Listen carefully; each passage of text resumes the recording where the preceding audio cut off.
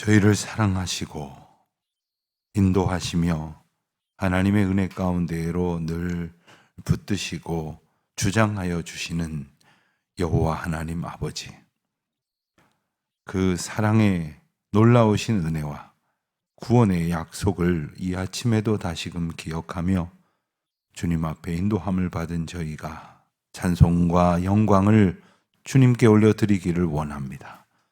하나님, 저희 가운데 베푸신 크고 놀라우신 은혜를 저희들이 늘 기억하는 가운데에 혹 있을지 모를 시련과 시험 앞에서 주님 주신 축복과 믿음의 은혜를 붙들고 잘 견디어낼 수 있는 저희가 되게 하여 주시기를 기도드립니다.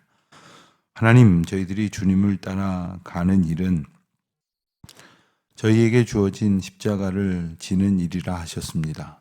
그런데 저희는 십자가를 지기도 싫어하고 고난의 길을 걷기도 싫어하며 그저 주님을 믿었으니 내가 원하는 대로 되고 소원이 성취되며 만족스러운 일들로만 가득하기를 원합니다.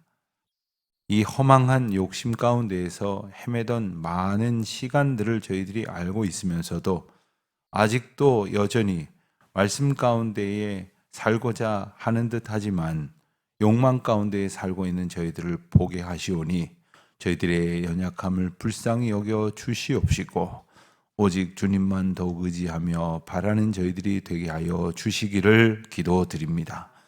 하나님, 저희가 가지고 있는 많은 소원이 있습니다마는 그것이 하나님께 영광이 되고 또 주님이 기뻐하실 만한 것인지에 대한 관심을 기울이지 못한 채 그저 내가 원하는 일을 이루는 데만, 그리고 그것을 통하여 내가 만족하는 데만 온갖 관심과 그리고 모든 열심을 다하고 있는 저희들의 부족함을 주님 불쌍히 여겨 주시옵시고 하나님의 말씀 앞에 온전히 순종하고자 힘쓸 때에 하나님께서 주신 마음으로 충만하여져서 헛된 생각들, 저희의 마음 가운데에 자리하고 있는 부질없는 염려와 근심, 또한 분노와 미움, 그리고 다른 사람들을 향한 시기와 질투, 그리고 저희들이 갖고 있어봐야 하등 도움이 안 되는 세상을 향한 헛된 욕망들을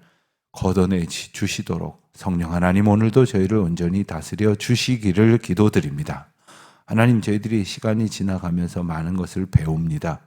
그러나 헛된 것 또한 저희 가운데에 무한히 들어오는 것 같습니다. 하나님, 저희들의 생각을 주장하여 주시옵시고 저희들이 눈을 또 저희들의 마음을 또 저희들의 생각을 하나님의 권능으로 오직 날마다 새롭게 하여 주시기를 기도드립니다. 하나님, 저희 교회는 하나님의 은혜 가운데에 건축의 참 복된 과정을 지나고 있습니다만 이 참 힘든 시간들임을 주님 앞에 고백하지 않을 수 없습니다. 하나님, 그 모든 과정 가운데에서 저희를 향하여 예비하신 놀라운 은혜, 그리고 그 건물만이 마련되는 것이 아니라 저희 공동체가 믿음으로 굳건히 연합하고 성도들이 사랑으로 공교히 손을 잡고 또 서로를 염려하고 중보하며 또 서로를 귀하게 존중하며 또 무엇보다도 서로를 통하여 역사하시고자 하시는 하나님의 뜻을 사모함으로 기대하는 저희 교회가 되게 하여 주시기를 기도드립니다. 하나님 아버지, 특별히 하나님의 은혜 가운데에 정말 저희 자녀들을 잘 양육하겠다고 하지만 믿음으로 양육하려고 하기보다는 세상에서 그저 머리가 되려고 또 되게 만들려고 하는 욕망, 저희들에게 가득한 것을 주님 앞에 고백하지 않을 수 없사오니 주님의 은혜로 우리 자녀들을 양육하고 우리 다음 세대들을 키워갈 수 있도록 주님 도와주시기를 기도드립니다. 하나님, 우리 교회에서 우리 자녀들을 또 우리 다음 세대를 양육하느라고 특별히 애쓰고 수고하는 우리 젊은 선생님들, 또한 장년 교사들, 그리고 봉사자들, 학부모님들, 한마음이 되어 애쓰는 우리 교역자들, 그리고 당회원들로부터 모든 재직에 이르기까지 어찌하든지 이 귀한 사명 저희들이 받았음을 날마다 기억하게 하여 주시기를 기도드립니다. 하나님, 오늘도 하나님의 은혜 아래 이 아침 시작할 수 있게 하셨사온데 하나님, 이 하루가 오직 주님만 의지하고 바라보는 날 되게 하시고 또 한 주간 그와 같은 기쁨으로 승리하며 걸어갈 수 있도록 주님 도와주시옵소서. 저희들의 연약함을 주님께서 체휼하시사 육체가 고통 가운데에 신음하고 있는 많은 이들, 또한 마음이 아파서 괴로운 이들, 염려와 근심으로 시달리고 있는 이들, 기나긴 터널을 잘 견뎌내야 하지만 저희들의 마음과 생각이 쉽게 넘어질 수밖에 없는 모든 이들, 하나님 어루만져 주시옵시고 주님 손에 의지하여 담대히 견디고 나아갈 수 있도록 주여 용기를 더하여 주시옵소서.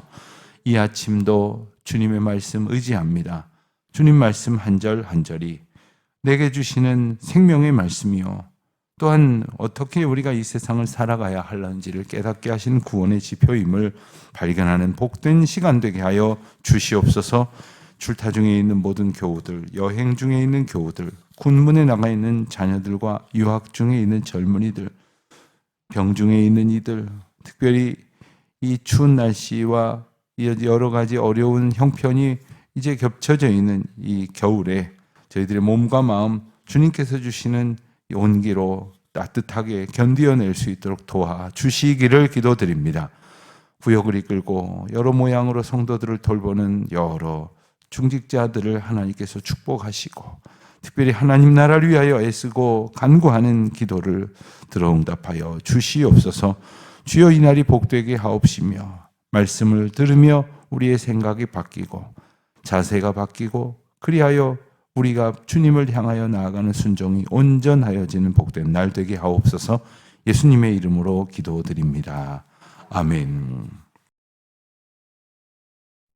제10장. 예수께서 거기서 떠나 유대지경과 요단강 건너편으로 가시니 무리가 다시 모여들거늘 예수께서 다시 전례대로 가르치시더니 바리새인들이 예수께 나와 그를 시험하여 묻되 사람이 아내를 버리는 것이 옳으니까? 모세가 어떻게 너희에게 명하였느냐? 모세는 이혼 증서를 써주어 버리기를 허락하였나이다. 너희 마음이 완악함으로 말미암아 이 명령을 기록하였거니와 창조 때로부터 사람을 남자와 여자로 지으셨으니 이러므로 사람이 그 부모를 떠나서 그 둘이 한 몸이 될지니라. 이러한즉 이제 둘이 아니요 한 몸이니 그러므로 하나님이 짝지어 주신 것을 사람이 나누지 못할지니라 하시더라. 집에서 제자들이 다시 이 일을 물으니 누구든지 그 아내를 버리고 다른 데에 장가드는 자는 본처에게 간음을 행하며 또 아내가 남편을 버리고 다른 데로 시집가면 간음을 행함이니라. 사람들이 예수께서 만져주심을 바라고 어린아이들을 데리고 오매 제자들이 꾸짖거늘 예수께서 보시고 노하시어 이르시되 어린아이들이 내게 오는 것을 용납하고 금하지 말라. 하나님의 나라가 이런 자의 것이니라. 내가 진실로 너희에게 이르노니 누구든지 하나님의 나라를 어린아이와 같이 받들지 않는 자는 결단코 그곳에 들어가지 못하리라 하시고 그 어린아이들을 안고 그들 위에 안수하시고 축복하시니라. 예수께서 길에 나가실새 한 사람이 달려와서 꿇어앉아 묻자오되 선한 선생님이여, 내가 무엇을 하여야 영생을 얻으리이까? 네가 어찌하여 나를 선하다 일컫느냐? 하나님 한 분 외에는 선한 이가 없느니라. 네가 계명을 안 하니 살인하지 말라, 간음하지 말라, 도둑질하지 말라, 거짓 증언하지 말라, 속여 빼앗지 말라, 내 부모를 공경하라 하였느니라. 선생님이여, 이것은 내가 어려서부터 다 지켰나이다. 예수께서 그를 보시고 사랑하사 이르시되 네게 아직도 한 가지 부족한 것이 있으니 가서 네게 있는 것을 다 팔아 가난한 자들에게 주라. 그리하면 하늘에서 보화가 네게 있으리라. 그리고 와서 나를 따르라. 그 사람은 재물이 많은 고로 이 말씀으로 인하여 슬픈 기색을 띠고 근심하며 가니라. 예수께서 둘러보시고 제자들에게 이르시되 재물이 있는 자는 하나님의 나라에 들어가기가 심히 어렵도다.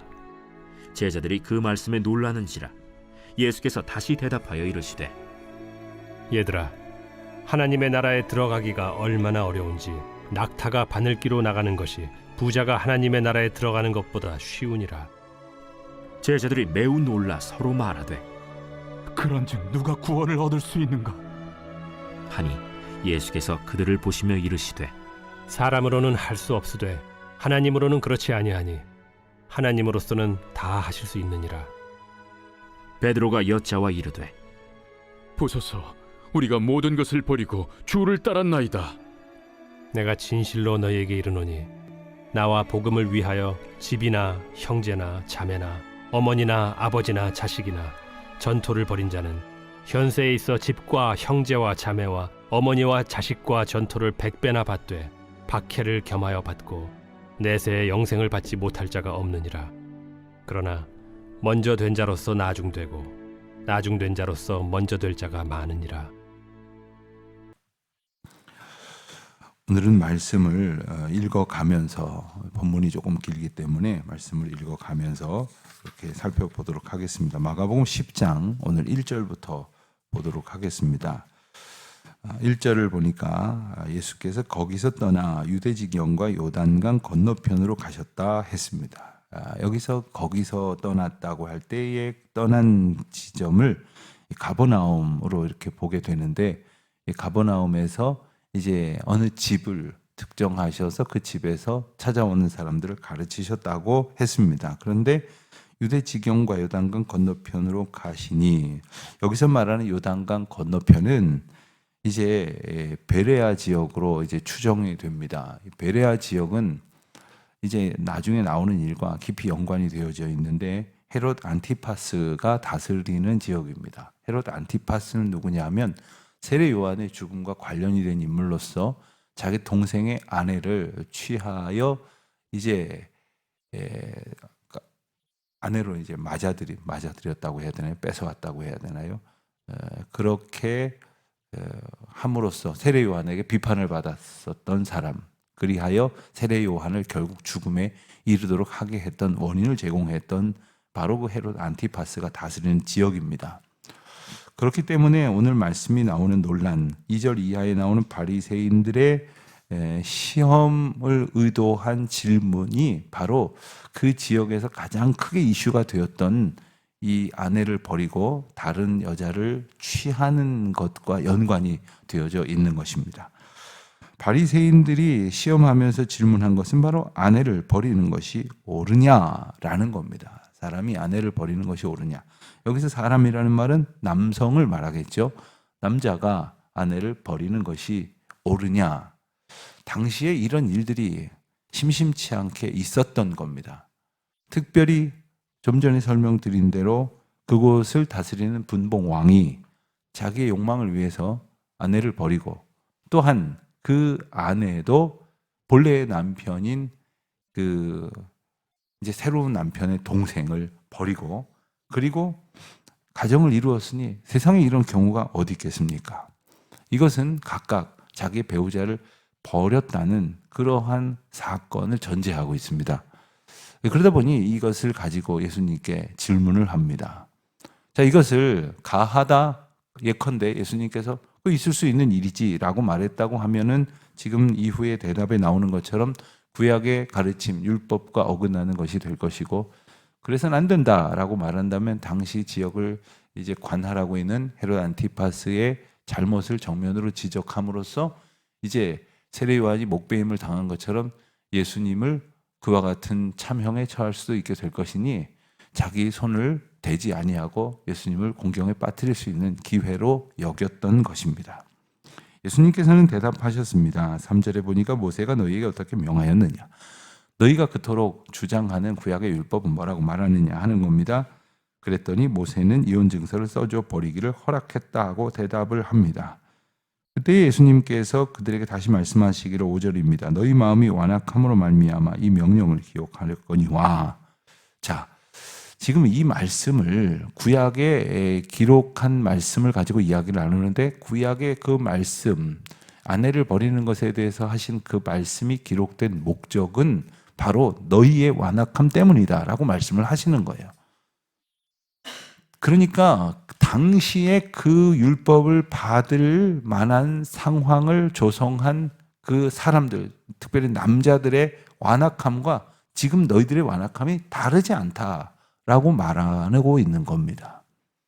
지금 바리새인들은 당시 상황, 자기들이 이제 설정한 상황처럼 아내를 버렸다거나 구약의 율법을 어긴 것은 아니라고 생각을 할 것입니다. 그런데 그와 같은 악한 의도를 가지고 시험하여 묻는 그들의 마음 또한 완악하다라고 말씀을 하고 계시는 겁니다. 무엇이 완악하다는 것일까요? 사실상 죄목이 똑같다고 말할 것은 아닐 것이겠습니다만 당시에 아내를 버렸던 모세 시대의 사람들이나 혹은 이와 같은 질문으로 예수님을 공경에 빠뜨리려고 했었던 바리새인들의 마음이나 한결같은 것은 자기 마음대로 생각하려고 하는 것이고 하나님의 뜻에 따라서 살려고 하는 것이 아니라 자기들 생각대로 살려고 하는 것, 이것을 바로 완악한 것이라고 말씀을 하는 겁니다. 그러니까 오늘 본문에 나오는 두 가지 경우와 전혀 다르고 전혀 비교할 수 없을 정도로 약하다고 하여도 하나님 말씀을 구하여 순종하려고 하지 아니하고 자기가 가지고 있는 생각을 어찌하든지 관철시켜서 살려고 하는 사람들이 곧 완악하다는 겁니다. 이런 경우는 얼마든지 있습니다. 우리가 우리 자신을 압니다. 혹 남들이 볼 때 선행으로 보이는지 몰라도 근사한 섬김과 봉사와 나눔과 앞장서서 솔선수범하는 것처럼 보일지도 모르지만 그 의도 가운데 자기 뜻대로 하고자 하는 어떤 그 완악함이 있다면 하나님 뜻을 이미 저버리는 것이나 다름없다라고 말씀하고 계시는 겁니다. 그러면서 6절 이하에 남성과 여성을 지은 하나님의 창조 원리를 설명합니다. 창조 때부터 남자와 여자를 지으셨다. 그렇습니다. 남자와 여자를 똑같이 소중하게 지으셨다는 겁니다. 이것은 뭐 평등하다, 똑같은 가치를 가졌다, 이런 대립적인 구도로 말씀하신 것이 아니라 남성도 하나님이 지으셨고 여성도 하나님이 지으셨다는 거예요. 그런데 당시 사람들이 가지고 있었던 남성 우월주의는 남성에게 어떤 여성과는 다른 어떤 그 권위가 부여됐다고 간주하고 그 여성들을 자기 발 아래, 자기 마음대로 하려고 했었던 사람들이 있었던 거죠. 창조 질서 가운데서 하나님께서 남성들에게 이 가정에서만 보더라도 여성들을 책임지고 보호하고 이끌어야 되는 책임을 주신 것은 분명합니다. 그러나 그것 또한 남성도 사랑하시고 귀하게 여기시는 주님이 사랑하시는 여성을 하나님의 주권 가운데서 보호하라는 뜻이지 남자들 마음대로 하라는 것은 아니라는 거예요. 그런데 남자들이 어떻게 했느냐? 자기 마음대로 이혼 증서를 써주고 버리면 된다는 자기들식의 해석에 기반하여서 아내가 마음에 안 들면 증서 써주고서 버려버렸단 말이에요. 어떻게 되든지 상관하지 않았단 말이에요. 심지어는 이혼 증서도 써주지 않고 버리는 경우가 있습니다. 이혼 증서를 써줘서 버릴 경우에는 적법하게 다른 새로운 가정을 이룰 수도 있는 여지가 있지만 그렇지 않을 때는 그야말로 사회적으로 전혀 보호받을 수 없는 그러한 존재가 되고 마는 것입니다.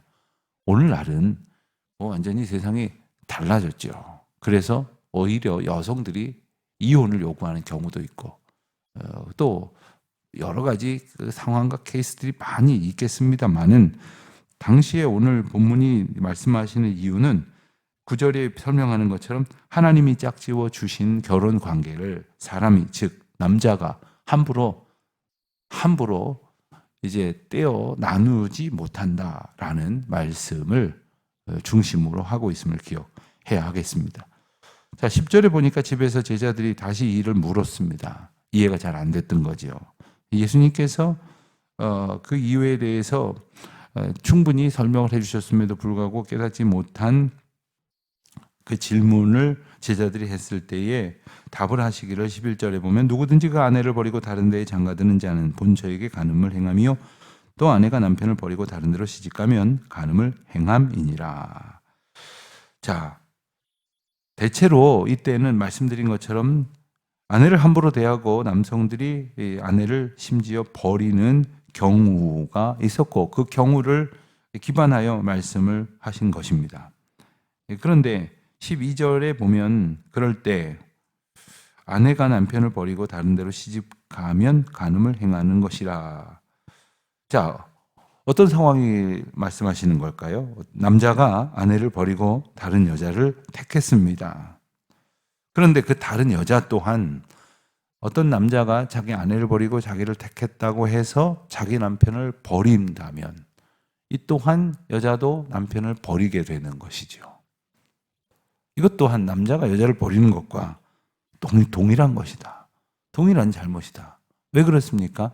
결혼 관계가 하나님의 인도하심과 그리고 하나님의 인도하심에 순종하여 서약하고 그리고 말하자면 그 개개인이 동의하고 그렇게 살기로 다짐하고 결단하고 그 인도하심을 하나님 앞에 의지하여야 할 모든 일들이 자기들의 욕망을 기반해서 마음대로 마음에 안 들다고 깨뜨리고 더 좋은 사람인 것 같다고 해서 깨뜨리고 그리고 더 마음에 드는 사람이 보였다고 해서 버리고 이런 식으로 자기 마음대로 결정해 가는 것은 그것은 결혼 제도를 하나님의 뜻대로 순종하는 과정으로 보지 않고 자기 마음대로 행동하는 과정으로 보았다는 거예요. 여러분 어떤 사람들이 이럴 수 있었을까요? 예컨대 그냥 힘없는 보통 서민들이 그랬을 것이라고 생각하기보다는 좀 힘이 있는 사람들이 아마 그럴 수 있지 않았을까요? 힘이 더 많은 남자들이라면 더 함부로 그럴 수도 있지 않았을까요? 이 세상을 살아가면서 우리에게 주어진 것을 가지고 하나님의 뜻대로 더욱 힘있게 살아가고 섬기고 그리고 봉사하면서 사는 것이 아니라 더 그걸 가지고 자기 마음대로 살려고 하는 사람들, 그들을 향한 책망의 말씀이기도 하고 또 한 가지는 이제 다음 구절에 나오는 내용과 연결이 되지만 연약한 여성들을 대하는 태도, 특히 약한 사람들을 대하는 하나님의 마음에 전혀 기반하지 않은 채 살아가고 있는 함부로 사는 사람들을 향한 책망의 말씀이다 라는 것을 또 기억하게 됩니다. 이어지는 말씀은 13절에 나오는 것처럼 어린아이를 데리고 제자들을 꾸짖으시는 예수님의 말씀입니다. 우선 동기가 된 것은 사람들이 어린아이들을 데리고 왔습니다. 예수님이 이렇게 손만 얹어도 병든 자가 낫고 그리고 죽은 자가 살아나는 그 이적을 경험한 그 사람들은 이제 병자가 있으면 병자를 데리고 오겠지만 병자가 없으면 가만히 있어보자. 우리 아이 조금 똑똑지 못한데 예수님께 기도를 받으면 똑똑해지지 않겠는가? 훌륭한 사람 되지 않겠는가? 이런 소망을 가질 수 있었겠죠. 그래서 어린아이를 데리고 왔다는 겁니다. 그런데 제자들이 어린아이들은 가라고 소리를 지른 거죠. 마치 장사꾼이 잡상인이 이렇게 물건을 팔려고 쇼를 하는데 살 것 같지도 않은 어린애들이 앞에 이렇게 오면 애들은 가라 뭐 이러는 걸까요? 좌우지간 애들을 소중하게 여기지 않는 사람들의 마음에서 출발한 행동입니다. 여인들을 마음대로 대하고 취급하는 행동에서 비롯된 남자들이 여인을 버리는 행동이나 어린아이들을 소중히 여기지 아니하는 어른들의 마음가짐이나 다른 것이 없습니다. 예수님께서는 노하셨다고 했어요. 그냥 야야 그러지 마라 정도가 아니라 노하셨다고 했습니다. 왜 그렇습니까? 모든 백성들에게는 하나님의 특별한 섭리가 있습니다. 그 가운데에 하나님의 뜻과 계획하심과 일하심이 있는데 그 어린아이들을 그렇게 보지 아니하고 자기들의 생각대로 본다는 거예요. 여러분 우리가 교회에서나 세상에서나 사람들을 정말 소중히 여겨야 할 이유는 그 안에 하나님의 섭리가 담겨져 있고 하나님의 계획하심이 담겨져 있기 때문입니다. 누가 누구를 함부로 할 수 있겠습니까? 참 교회에서도 가만히 보면 참 상처받고 힘들어 하시는 분들 이야기를 들으면 어떻게 저렇게 이렇게 누군가에게 저렇게 할 수 있었을까 하는 일들이 그 뒤에 있더라고요. 참 개인적인 관계라고 넘어가기에는 참 신앙인으로서 납득할 수가 없는 그런 경우들이 덜어 있습니다. 왜 그렇습니까? 그를 내 마음대로 함부로 해도 된다는 생각이 있기 때문이에요. 어린 아이들을 함부로 해도 된다는 생각이 있었을지 모르지만 예수님께서는 그들이 내게 오는 것을 용납하고 금하지 말라고 말씀하셨고 하나님 나라가 이런 자들의 것이라고 말씀하셨어요. 대단히 중요한 의미가 함축되어 있는데 여러분 어린아이들의 특징은 무엇이라고 생각하십니까? 어린아이들의 특징은 약하고 순진하고 많은 것을 생각할 수 있지만 그렇기 때문에 자기가 약한 것을 본능적으로 알기 때문에 전적으로 자기의 보호자인 엄마를 혹은 아빠를 전적으로 의지합니다. 심지어 아주 어린 아이들은 시야에서 보이지만 않아도 울어제낍니다. 아주 막 격렬하게 몸부림을 치며 엄마를 찾습니다. 왜요? 자기는 자기 스스로를 보호할 수 없다는 걸 알기 때문에 자기를 보호할 수 있는 자를 본능적으로 찾는 겁니다. 어린아이와 같은 믿음이라는 건 이런 겁니다. 우리가 우리 자신을 지킬 수가 없어요. 우리의 생각, 우리의 마음대로 행동하면 갈수록 죄를 짓게 돼 있어요. 그러니까 간절한 마음으로 주님을 찾고 또 찾아야 하는데 그런 마음을 가진 자들을 말씀하시는 것이죠.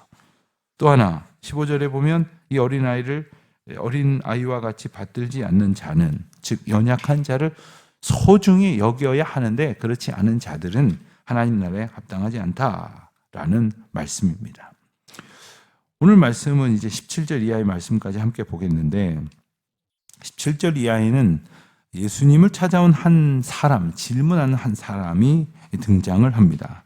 이 이야기는 다른 복음서에서도 나오는데 본문에 등장하는 청년은 이름은 기록되어져 있지 않지만 그에 대한 설명을 복음서에 나와 있는 것을 종합해 보면 그는 부자라고 했습니다. 22절에도 보면 그 사람은 재물이 많은 고로 하지 않습니까?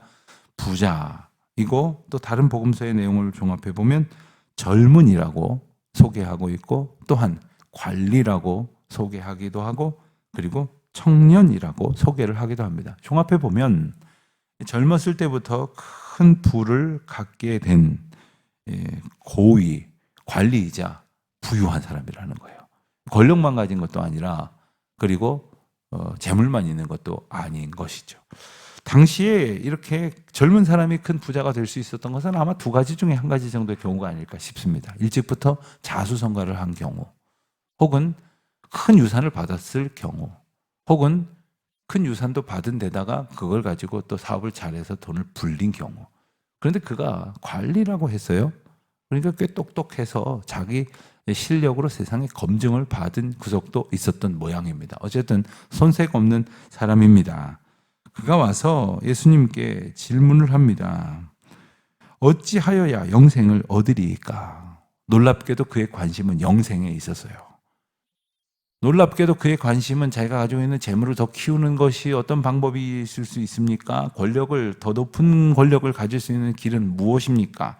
이것을 가지고 내가 더 큰 일을 할 수 있는 길은 무엇일까요? 이런 것에 관심을 둔 것이 아니라 영생에 관심을 두고 있었습니다. 여러분 오늘도 이 아침에 새벽기도 나오셨는데 그리고 이 말씀을 인터넷으로들 들으실 텐데 여러분 무슨 관심을 가지고 지금 이 시간에 나오신 겁니까? 무슨 관심을 가지고 우리가 하나님 말씀에 귀를 기울이는 것입니까? 오늘 말씀 잘 듣고 오늘 하루를 아주 횡재할 수 있는 길은 뭘까? 꼭 이런 겁니까? 내가 세상에서 패배자가 아니라 성공하는 사람으로 살아갈 수 있는 그 비결을 얻을 수 있는 길은 뭘까? 뭐 이런 데 관심이 있으십니까? 결국 사실 대부분 우리가 열심히 하나님 앞에 가까이 나아가고 혹은 기도하고 혹은 간절히 섬기고 봉사하고 수고하고 이 모든 일 중에서 만약에 그 기반에 그리하여 이 궁극적인 관심이 나의 만족에 있다고 한다면 결국 슬피 울며 슬픈 마음으로 돌아가는 이 부자 청년과 다르지 않을 거예요. 영생에 관심을 가지고 있는 자, 사실 예수님께서 그를 향하여 뭐라고 그러셨냐면 21절에 보면 그를 보시고 사랑하사 이르셨다고 했습니다. 아니 보자마자 뭐 알지도 못하시면서 뭐가 그렇게 사랑스러우셨겠어요. 그가 가지고 있는 영적인 관심이 예수님이 그를 사랑스럽게 보시게 되었다는 겁니다.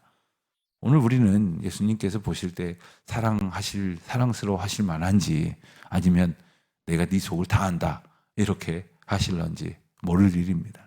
우리가 주님의 관심 가운데서 살아야겠죠.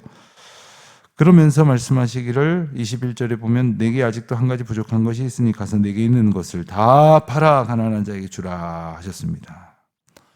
물론 이 부자 청년은 앞서 예수님 앞에 고백을 했던 것처럼 자기가 율법을 잘 지키고 또한 아마도 이웃을 섬기는 선행을 다 어느 정도 잘 감당했던 것으로 보입니다. 그런데 예수님께서 내게 있는 것을 다 팔아 가난한 자에게 주라 이렇게 말씀을 하시니까 재물이 많은 거로 슬픈 기색을 띠고 근심하며 갔다. 라고 했습니다. 그러면서 예수님께서는 그 사람은 갚버렸고 남은 제자들에게 말씀하시기를 재물이 있는 자는 하나님 나라에 들어가기가 심히 어렵도다 하십니다. 여러분들도 재물이 있지 않습니까? 여러분 명의로 아파트도 있으시고 혹 땅도 있으시고 차도 혹 여러 대씩 있으십니까? 우리가 재물이 있는 건데 그럼 재물이 있는 사람은 다 이렇다는 말씀이에요? 그렇습니다. 왜냐하면 우리는 본능적으로 그 가지고 있는 것에 대해서 초탈하지 못하기 때문이에요. 그것에 매여 있기 때문이에요. 그것이 나를 급하게 잡아 끌기 때문이에요. 그것이 나를 끌고 간다고 하는 것을 내가 알고 있으면서도 불구하고 주님을 붙들고 주님이 나를 인도하시기 위하여 끊임없이 주님의 주님 되심을 묵상하지 않으면 우리는 나도 모르게 그것이 끌고 가는 대로 끌려갈 수밖에 없다는 겁니다. 그런 상태로는 재물이 하나님이 된 거죠. 재물이 나의 priority number 1이 된 겁니다. 우선순위의 1번이 된 거예요. 그러니까 하나님 나라에 합당하지 않다고 말씀을 하시는 거예요. 그러니 부자들은 얼마나 힘들겠습니까? 그러나 이건 부자만 힘든 문제가 아니에요. 저도 어려서부터 이 말씀을 보면 제가 알고 있는 여러 부자들을 떠올리면서 그 사람들 참 힘들겠다. 아이고 더 많은 부자를 떠올리면서 그 양반은 어떡할꼬 이런 생각을 했는데 가만히 보니까 이게 많고 적음의 문제가 아니더라고요. 왜냐하면 적다고 해서 재물에 대한 욕망이 없느냐? 그게 아니잖아요. 단지 재물이 없을 뿐이지 재물에 대한 집착이나 욕망이 없는 게 아니더라는 것을 우리는 알지 않습니까? 여러분 지금보다 조금 덜 가졌을 때보다 지금 더 그게 집착이 심해지셨습니까? 아니면 편안해지셨습니까? 어떻게 보면 그것은 재물의 많고 적음이 아니라 재물이 있는 모든 사람들이 그런 마음속에 갇혀 있을 수밖에 없다는 거예요. 그래서 재물이 많은 사람이라고 하지 아니하시고 재물이 있는 사람 이렇게 말씀을 하신 것입니다. 여러분은 우리에게 있어서 주어진 재물이 이렇게 시련거리나 시험거리가 될 수도 있다는 생각을 해보셨습니까?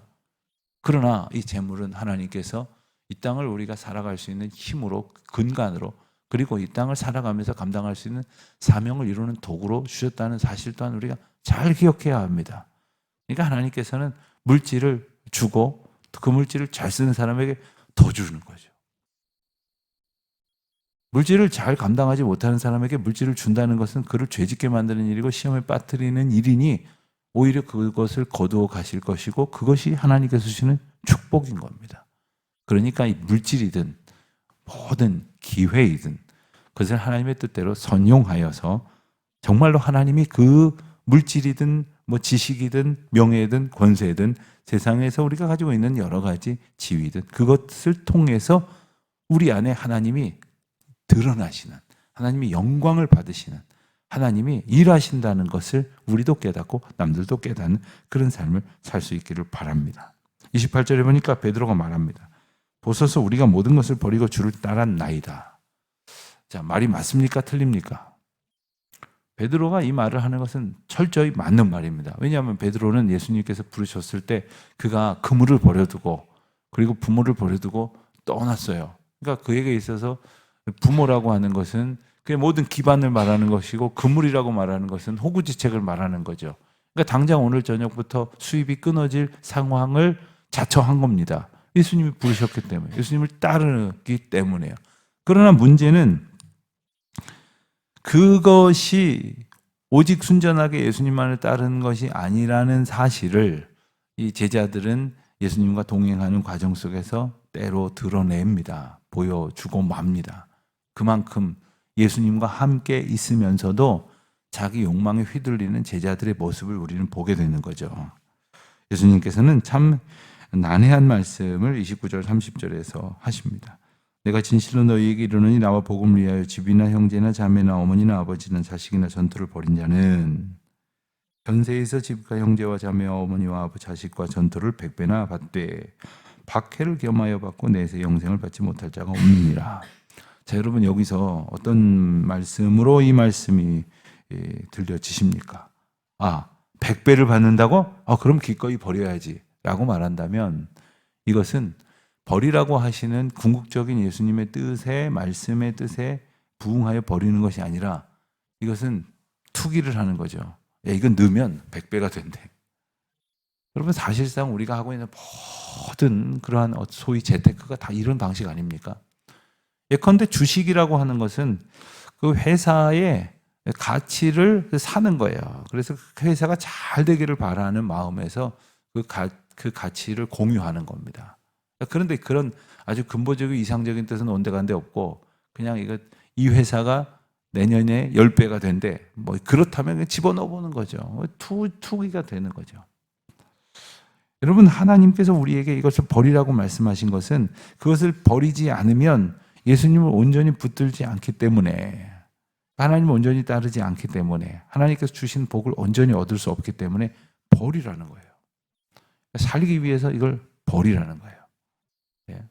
마치 좀 설정이 좀 그렇습니다만은 밧줄에 이렇게 매달려 있는데 밑에 이제 구조대가 왔습니다. 구조대가 와서 아주 매트리스를 넓게 이렇게 깔아 주었어요. 그래서 소리를 지릅니다. 자, 이제 그 손을 놓으세요. 이 밧줄을 들고 있는 게 얼마나 힘들겠습니까? 여러분, 우리 여성분들은 이 철봉에 매달리기 아마 학교 다니실 때 해보셨잖아요. 이거 얼마나 힘듭니까? 남자분들 턱걸이 얼마나 힘듭니까? 근데 이걸 붙들고 있으니 얼마나 힘들어요. 이걸 놓으라는 거예요. 그러면 편안하게 이렇게 안전하게 이제 구조가 될 수 있을 텐데 마치 그걸 붙들고 살아가고 있는 것이 오늘 우리의 모습이 아닐까 하는 생각을 해보게 됩니다. 그걸 버림으로 이제 구원을 얻는 건데 이 세상의 헛된 것들을 우리가 그냥 아귀다툼하고 붙들고 있으므로 주님이 주시는 구원의 자리에 들어가지 못하는 것이기에 버릴 것을 버리라고 말씀을 하시는 거예요. 오늘 우리에게 버릴 것은 무엇일까 하는 생각을 해보게 됩니다. 뭐 돈이나 많아야지 돈 걱정을 하시는데 그럴수록에 또 돈 걱정을 하죠. 또 적으면 적은 대로 많으면 많은 대로 다 걱정거리라고 하시는데 그것은 뭐든지 다 자기 마음대로 됐으면 하는 바람 때문에 그렇게 생각하는 것이죠. 아유, 내 뜻대로 되는 게 뭐가 있겠느냐 라고만 생각해도 얼마나 마음이 편해집니까? 오직 주님 뜻대로 살아가기를 소원하는 저와 여러분 되시기를 축원합니다. 하나님 아버지, 저희의 연약함을 주께서 아시오니 다시금 하나님의 사랑으로 저희를 굳건히 붙들어 주셔서 오직 믿음으로 순종하는 주의 백성들 되게 하여 주시옵소서. 예수님의 이름으로 기도합니다. 아멘.